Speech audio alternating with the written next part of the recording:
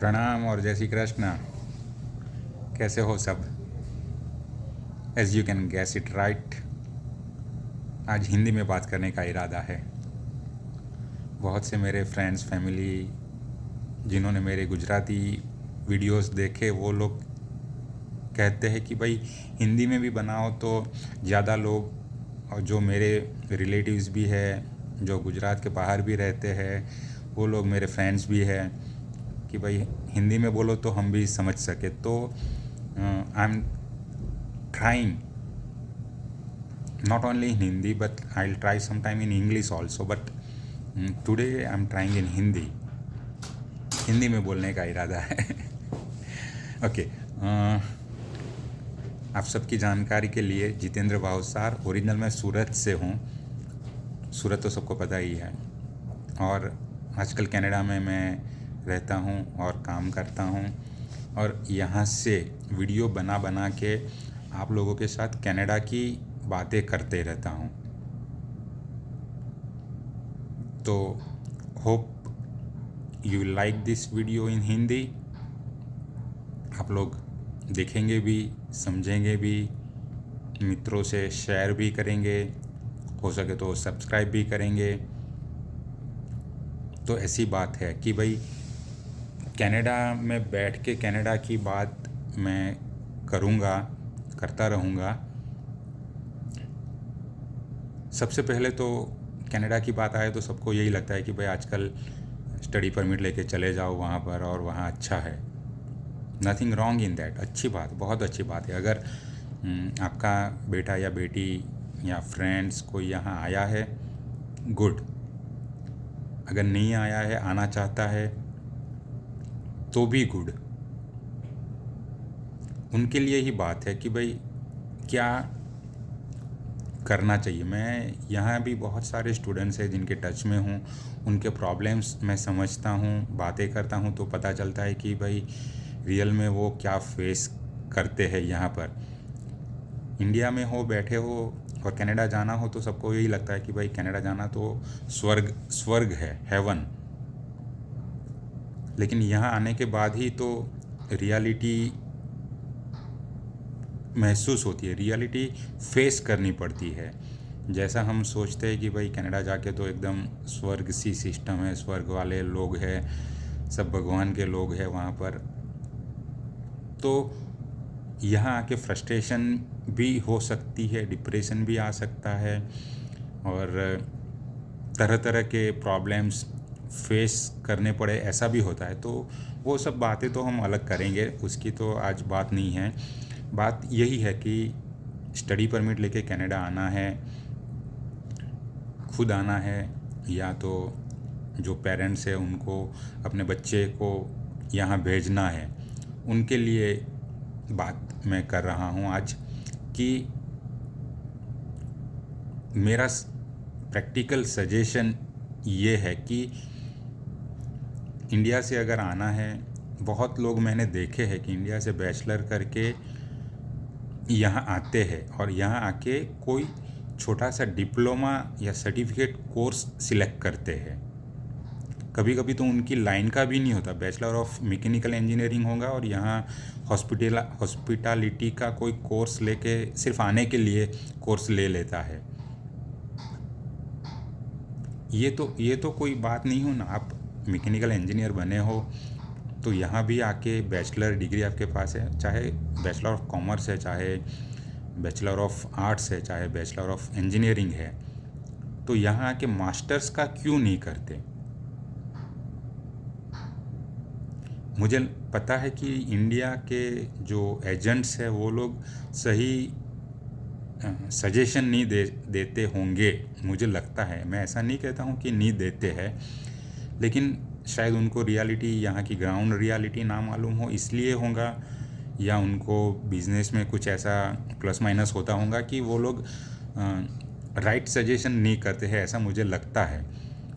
तो मेरा कहना यह है कि अगर इंडिया में आप खुद आना चाहते हो या आपके बच्चे को यहाँ भेजना चाहते हो, तो बैचलर अगर किया है या कर रहा है तो अच्छी बात है, बैचलर इंडिया से कराओ, बैचलर डिग्री इंडिया से ले लो, फिर यहाँ ट्राई करो कि मास्टर्स में एडमिशन ले, ना कि कोई छोटी मोटी कोर्स या छोटे मोटे सर्टिफिकेट कोर्स या छोटी मोटी कॉलेज। यहाँ ये है कि भाई यूनिवर्सिटी है तो वहाँ पर बैचलर या मास्टर डिग्री मिलती होंगी, बाकी कॉलेजेस यहाँ पर हज़ारों है, लेकिन कॉलेज यहाँ पर होती है वो बैचलर डिग्री नहीं देती है। अपने यहाँ इंडिया की बात अलग है, हम सब कॉलेज बोलते हैं, वहाँ बीकॉम के लिए जाते हैं, बीएससी के लिए जाते हैं।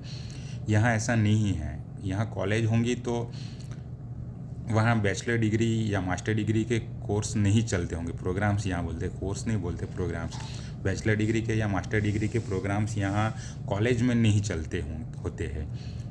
यहाँ यूनिवर्सिटी बनी है कि जो बैचलर और मास्टर डिग्री लेती है। तो इंडिया से अगर बैचलर डिग्री ले ली है या लेना चाहते हैं तो लेके यहाँ मास्टर्स के लिए आओ, उसका वैल्यू अलग है। पीआर तो होना है कनाडा में, तो यहाँ की मास्टर डिग्री होंगी तो पीआर के लिए भी इजी हो जाएगा।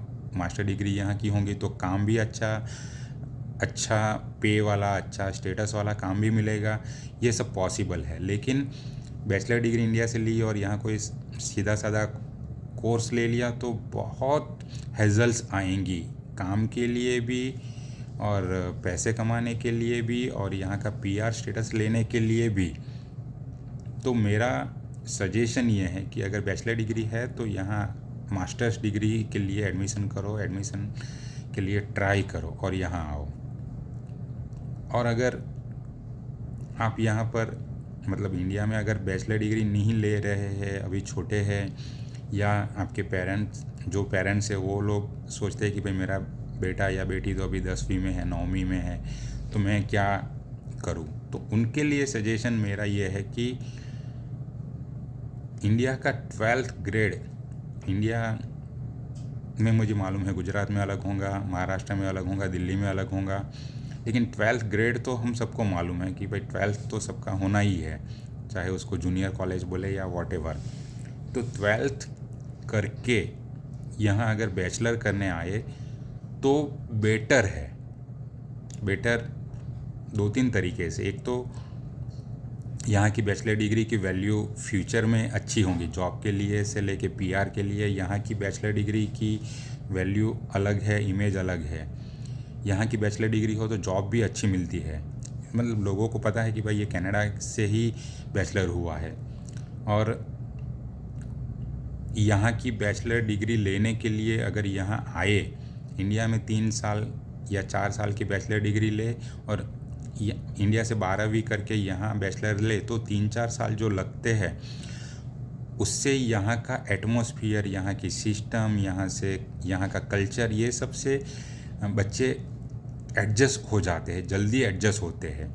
मतलब 12वीं की 3 साल इंडिया में बैचलर किया, 12वीं की कनाडा में आके 3 साल बैचलर किया, तो वो 3 साल जब कनाडा में निकालेंगे तो एक कॉन्फिडेंस लेवल अलग से बनता है, वो बहुत इम्पोर्टेंट है। इंडिया से नए नए जो आते हैं, अच्छे घर के लड़के लड़कियां आती है, यहाँ का माहौल इनिशियली ऐसा होता है कि फ्रस्ट्रेशन भी आ जाता है। तो वो कॉन्फिडेंस लेवल अचीव करने के लिए अगर यहाँ जितना टाइम ज़्यादा निकालो उतना, हमको भी पता है कि कहीं भी जाते हैं तो सेटल होने में थोड़ा सा टाइम तो लगता है। तो कोई पहले ही दिन से सेटल हो जाए या पहले ही वीक से या इवन पहले महीने से या पहले साल में भी हो जाए, ज़रूरी नहीं है, हो सकता है 2-3 साल लगे। तो वो 2-3 साल के दौरान उसकी अगर बैचलर डिग्री यहाँ की बनती है तो बहुत अच्छी बात है। तो ये एक सोचिए। और तैयारी करनी है तो क्या तैयारी करनी है, मैं पेरेंट्स के लिए भी कह रहा हूँ और जो बच्चे आना चाहते हैं उनके लिए भी कह रहा हूँ कि 11वीं आपका जब 11वीं के क्लासेस चालू हो तभी से, क्योंकि थोड़ा सा मेरे ख्याल से 11वीं का स्टडी थोड़ा इजी होता है या रिलैक्स होता है। 12वीं का तो टेंशन ही इतना रहता है कि तब टाइम नहीं मिलता। तो ठीक है, 11वीं के दौरान आप कनाडा जाना चाहते हो तो 11वीं से ही सोचना चालू कर दो। सोचना मतलब खाली सिर्फ दिमाग में खिचड़ी पकाने का मतलब नहीं है। सोचो मतलब प्रैक्टिकली कि भाई कहाँ जाना है, क्या कोर्स लेना है, कैसे एडमिशन लेना है, उसके लिए क्या तैयारी करनी पड़ेगी, ये सब 11वीं से आप कर लो। 12वीं में पूरा फोकस करके 12वीं ही करो, 12th ग्रेड का स्टडी पूरा फोकस करके करो। लेकिन जैसे ही एग्ज़ाम ख़त्म हो तुरंत एडमिशन की प्रोसेस चालू कर दो, रिज़ल्ट की भी राह ना देखो। अगर 11वीं से आपने सब सोच के रखा है कि मुझे भाई ये कॉलेज में एडमिशन लेना है या ये कोर्स में, ये प्रोग्राम में एडमिशन लेना है, तो आपको 12वीं के एग्ज़ाम के बाद तुरंत आइडिया लगेगा कि तैयारी मतलब इन्फॉर्मेशन भी निकाल के रखो कि भाई एडमिशन की प्रोसेस क्या है, किसकी हेल्प चाहिए होंगी, क्या क्या तैयारी करनी पड़ेगी। मैं ये बता दूं मेरी तरफ से कि हो सके तो 11वीं के सेकंड हाफ में अगर हो सके तो IELTS दे दो। IELTS का स्टडी 11वीं में साथ में पैरेलल करके अगर 11वीं के एंड तक IELTS दे दिया, ले लिया, तो वो IELTS 12वीं ख़त्म होने के बाद जब एडमिशन लेंगे तो वैलिड होगा। 2 साल की वैलिडिटी होती है IELTS की। 12वीं में आप IELTS करने जाओगे या वैकेशन में IELTS कर लूँगा, ऐसा अगर सोचते हो तो वो थोड़ी गलत बात है, ये मैं कहता हूँ। 11वीं के एंड में मतलब 11वीं का मार्च में एंड होता हो या मई में एंड होता हो, तो 11वीं के 11th के जनवरी फरवरी में आप IELTS दे दोगे। जब थोड़े रिलैक्स होते हो तो थोड़ा प्रैक्टिस करके क्लासेस ज्वाइन करके अगर IELTS का रिज़ल्ट अच्छा वाला आप ले लोगे 11वीं के एंड तक, तो 12वीं फोकस करके 12वीं ख़त्म करनी है और 12वीं के एग्ज़ाम के तुरंत बाद नेक्स्ट दिन से ही आप यहाँ आने की प्रोसेस चालू कर सकते हैं। किसकी हेल्प लेनी है इंडिया में? एजेंट पर भी ये है कि भाई उसको जहाँ से कमीशन मिलता होगा या जहाँ उसका टाई अप होगा वो वही 1 2 3 कॉलेजेस या ऐसे बताएगा। कॉलेज और यूनिवर्सिटी का आपको डिफरेंस इंडिया में नहीं मालूम पड़ता है। यहाँ ऐसा है कि कॉलेजेस मतलब सर्टिफिकेट कोर्स, डिप्लोमा कोर्स, ऐसे कोर्सेज प्रोग्राम्स चलाती है, और यूनिवर्सिटी है वो bachelor degree, masters degree, PhD degree ऐसी स्टडी के लिए होती है। तो यहाँ कॉलेज में एडमिशन लेने से अच्छा है कि यूनिवर्सिटी में लो। शायद हो सकता है कि यूनिवर्सिटी वाले वहाँ इंडिया के एजेंट्स को कमीशन ना देते हो, इसलिए भी वो सजेस्ट ना करते हो सकता है। मैं उसमें नहीं पढ़ना चाहता, लेकिन अगर यहाँ आना है तो यूनिवर्सिटी में आना है, बैचलर डिग्री के लिए आना है या मास्टर्स डिग्री के लिए आना है। मेहनत लगती है। मुझे एक आध दो ने किसी ने बताया कि भाई इंडिया में बैचलर डिग्री तो कितनी सस्ते में हो जाती है, कम खर्चे में हो जाती है, तो कनाडा आके क्या करेंगे। अरे भाई कनाडा आना है उसके लिए ये बात है। अगर पैसे सोचना है तो बात ही नहीं है कि भाई इंडिया में क्या सस्ता है, कनाडा में क्या महंगा है, वो तो बात ही नहीं है। लेकिन कनाडा आना है तो कब से शुरू करना है या कहाँ आना है, ये तो आप अपने आप ही सर्च कर सकते हो। कोई किसी एजेंट की ज़रूरत नहीं है, किसी कंसल्टेंट की ज़रूरत नहीं है। अपने आप ही समझो, सोचो कि भाई कहाँ जाना है, कौन सी कॉलेज में जाना है, कौन सी यूनिवर्सिटी में जाना है, कौन से टाउन में जाना है। कनाडा बहुत बड़ा है, वो भी कभी बात करेंगे। बहुत बड़ा है, इंडिया से तो may be multiple times India का जो एरिया है उससे 4-5 गुना 7 गुना बड़ा देश है। तो बहुत बड़ा देश है, तो बहुत सारे सिटीज़ है, बहुत सारे प्रोविंसेस है। तो कहाँ जाना है, वहाँ का एटमॉस्फेयर कैसा है, वहाँ यूनिवर्सिटीज़ कितनी हैं, इंडियन स्टूडेंट्स वहाँ कितने हैं, ये सब अगर आप थोड़ा सा सर्च करते रहो तो आपका पाथ क्लियर हो जाएगा। तो ये एक बात है कि भाई हो सके तो 12वीं के बाद आ जाओ, बैचलर डिग्री यहाँ लो, यहाँ का कॉलेजेस के क्लासेस का, यूनिवर्सिटी के क्लासेस का एक्सपीरियंस लो और कॉन्फिडेंस गेन करके यहाँ के PR बनो। पैसे की बात अगर आ गए हैं तो भी आपको पता होगा कि आपने कितना प्लानिंग करके, कितना पैसा मैनेज करके बच्चे को यहाँ भेजा है।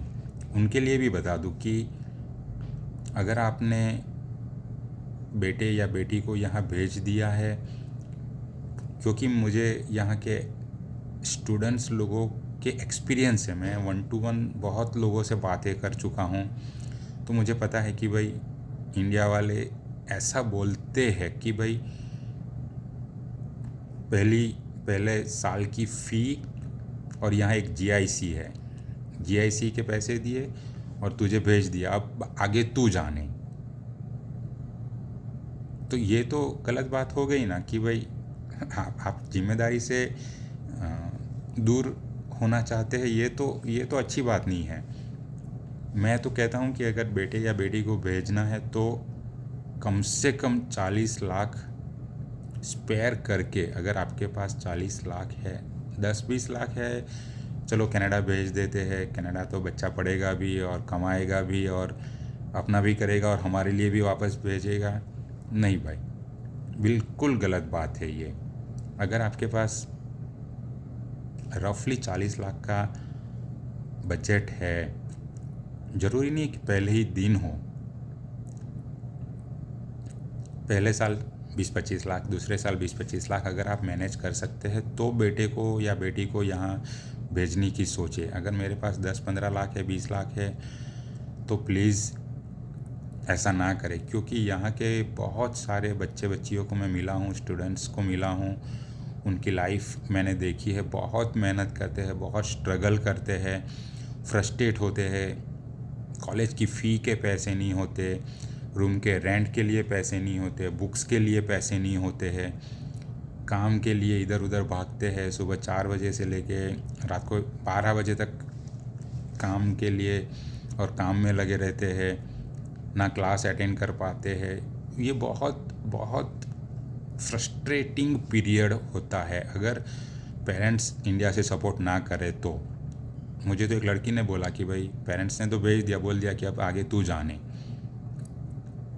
हमसे कोई एक्सपेक्ट नहीं करना। तो ये तो एकदम गलत बात हो गई ना यार, कि अपने बच्चे हैं तो ऐसा कैसे कर सकते हैं या ऐसा कैसे कह सकते हैं। तो इसलिए कहता हूँ, बार बार कहता हूँ कि कम से कम 40 लाख, हो सके तो 50 लाख रखो, कोई प्रॉब्लम नहीं। बेटे को बेटी को भेजो तो कहो कि भाई जब भी ज़रूरत पड़ेगी हम यहाँ बैठे हैं, तू चिंता मत करना। ऐसी बात होनी चाहिए। तो ये बात मैंने गुजराती में कह चुका हूँ आपसे। जो पेरेंट्स हैं उनके लिए, या जो बच्चे सोचते हैं, बच्चे भी अपने पेरेंट्स से बात कर सकते हैं कि भाई आप कितना बजट मेरे लिए रख सकते हो या एडजस्ट कर सकते हो। आजकल तो बच्चे भी मैच्योर होते हैं, बच्चे भी समझदार होते हैं। तो पेरेंट्स के साथ बात करके कि भाई अगर 10 लाख है तो नहीं, उससे तो कुछ नहीं होगा, 15 लाख है तो उससे तो कुछ नहीं होगा, 20 लाख है तो उससे तो कुछ नहीं होगा। मुझे पता है कि इंडिया में 20 लाख बहुत बड़ी अमाउंट है। It's not an easy task to gather 20 lakh rupees. Lakh को यहाँ 100,000 बोलते हैं, 1 लाख मतलब 100,000, ऐसी यहाँ की टर्मिनोलॉजी है। ओके, वो तो कभी बात करेंगे। लेकिन 20 लाख इंडिया में होना कोई छोटी बात नहीं है। लेकिन सही बात यह है कि कनाडा आना है तो 20 लाख की कोई वैल्यू नहीं है। हाँ, 20 लाख आज है तो अच्छा है, लेकिन अगले साल भी और 20 लाख जोड़ सकते हो, मैनेज करके कहीं से ला सकते हो, एडजस्ट करके रखा है, प्लानिंग करके रखा है तो वेल एंड गुड। तो 20 लाख आज के इनफ है एडमिशन के लिए। एडमिशन के लिए मैं आपको बता दूं, आप डायरेक्ट हर एक यूनिवर्सिटी में, कॉलेजेस में इंटरनेशनल स्टूडेंट्स के लिए अलग से डिपार्टमेंट होते ही है, और वो लोग पूरे सपोर्टिव होते हैं। तो आप उनसे डायरेक्ट कांटेक्ट एस्टैब्लिश करो। जिस कॉलेज में आपको जाना है वो कॉलेज के प्रोग्राम्स देखो, कौन से प्रोग्राम्स में जाना है, फिर वहाँ की एडमिशन की प्रोसेस क्या है, इंटरनेशनल स्टूडेंट्स को क्या क्या वो हेल्प करते हैं, वो सब आपको आजकल ऑनलाइन मिल जाता है। सारे कॉलेजेस, सारी यूनिवर्सिटी के अच्छे वेबसाइट्स है। आप क्यों किसी के ऊपर डिपेंड करते हैं कि भाई वो बताएगा और मुझे पता चलेगा। खुद सर्च करो, गूगल करो। जो ऑलरेडी यहाँ पर है, आपके फ्रेंड्स है या कोई फैमिली वाला है या कोई सोसाइटी वाला है, तो उनसे हेल्प मांगो कि भाई मुझे आना है तो मैं विनिपेग आऊँ या टोरंटो आऊँ या BC में जाऊँ, क्या करूँ। ऐसे ही उनसे डिस्कस करो और जानो समझो, इन्फॉर्मेशन कलेक्ट करो और खुद ट्राई करो। एजेंट से करवाओ, कोई प्रॉब्लम नहीं, मैं उनके खिलाफ़ नहीं हूँ, लेकिन आपके पास भी नॉलेज होना चाहिए कितने पैसे लगेंगे। और सबसे इम्पोर्टेंट बात मुझे जो कहनी है वो, इंडिया वाले मैंने देखे हैं एजेंट्स लोग कि सबको ऐसा ही लगता है कि टोरंटो अपने यहाँ बोलते हैं टोरंटो, यहाँ टोरानो है, उसी का नाम टोरानो है। ओके, सो टोरानो सिटी ही लगता है सबको कि भाई कनाडा जाना है तो टोरानो में जाना है, हम्बर कॉलेज है या शेरिडियन कॉलेज है या जो भी है। तो ऐसा नहीं है। टोरानो के सिवा भी बहुत बड़ा कनाडा है। ओंटारियो के सिवा भी बहुत सारे प्रोविंसेस है। सारे प्रोविंसेस में सिटीज़ है और सारे सिटीज़ में कॉलेजेस, यूनिवर्सिटीज़ है। अगर यहाँ कनाडा आके PR होने का प्लान है, भविष्य में यही सोचा है कि भाई स्टडी परमिट लेके जाएंगे और PR करके लाइफ वहीं बिताएंगे, तो मैं सजेस्ट करता हूँ कि टोरंटो तो सिलेक्ट ही ना करो। इंडिया के एजेंट्स मैंने देखे हैं, बच्चों को ऐसा कहते हैं कि भाई आप टोरंटो जाओगे तो आपको तकलीफ़ें कम होंगी, सिटी है अच्छी है, इंडियंस बहुत है, इंडियन मार्केट है, ग्रोसरी सब मिल जाएंगी, आपकी लाइफ ईजी हो जाएंगी, तो आप जाओ तो टोरंटो ही जाओ। लेकिन मैं कहता हूँ कि अगर हो सके तो टोरंटो सिलेक्ट ही ना करो। ओंटारियो के भी अलग सिटीज़ है, किसी से पूछो कि भाई कहाँ जाना है, सडबरी जाना है तो अच्छा है, ठंडा बे जाना है तो अच्छा है, लेकिन टोरंटो में तो मत आओ।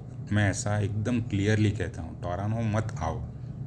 बच्चे को भेजना है तो टोरंटो मत भेजो, भेजना है तो कहीं और भेजो, Winnipeg, Edmonton, Regina, wherever, Fredericton, Saint John's, कहीं भी भेजो, लेकिन टोरंटो मत भेजो। क्योंकि लाइफ इजी लगती है कि खाना पीना अच्छा मिलेगा, इंडियन बैकग्राउंड मिल जाएगा, ग्रुप्स बन जाएंगे, लेकिन फिर जॉब के लिए, फिर PR के लिए बहुत हैजल्स है। ये बात आपको शायद कोई नहीं बताए, इसलिए मैं बता रहा हूँ कि ऐसे टोरंटो के मोह जिसे बोलते हैं ना, कि एक ग्लैमर होता है कि भाई वहीं जाना है, और लाइफ तो टोरंटो की है, ग्लैमर है वहाँ पर, अच्छी बात है, घूमने के लिए जाएंगे कोई प्रॉब्लम नहीं, लेकिन स्टडी के लिए, सेटल होने के लिए टोरंटो से दूर रहना सबसे अच्छी बात है। ये मैं आप सबसे कहता हूँ, स्टूडेंट्स है तो भी कहता हूँ और पेरेंट्स है तो भी कहता हूँ। तो ये स्टूडेंट्स और पेरेंट्स के लिए आज मैंने हिंदी में बात कही, और भी 2-3 बातें हैं, 2-3 टॉपिक्स है जो मैं आपसे शेयर करना चाहूँगा। उसके लिए फिर कभी वीडियो बनाऊँगा और आपसे शेयर करूँगा। तब तक आज के लिए प्लीज़ विदा दीजिए। प्रणाम, जय श्री कृष्ण।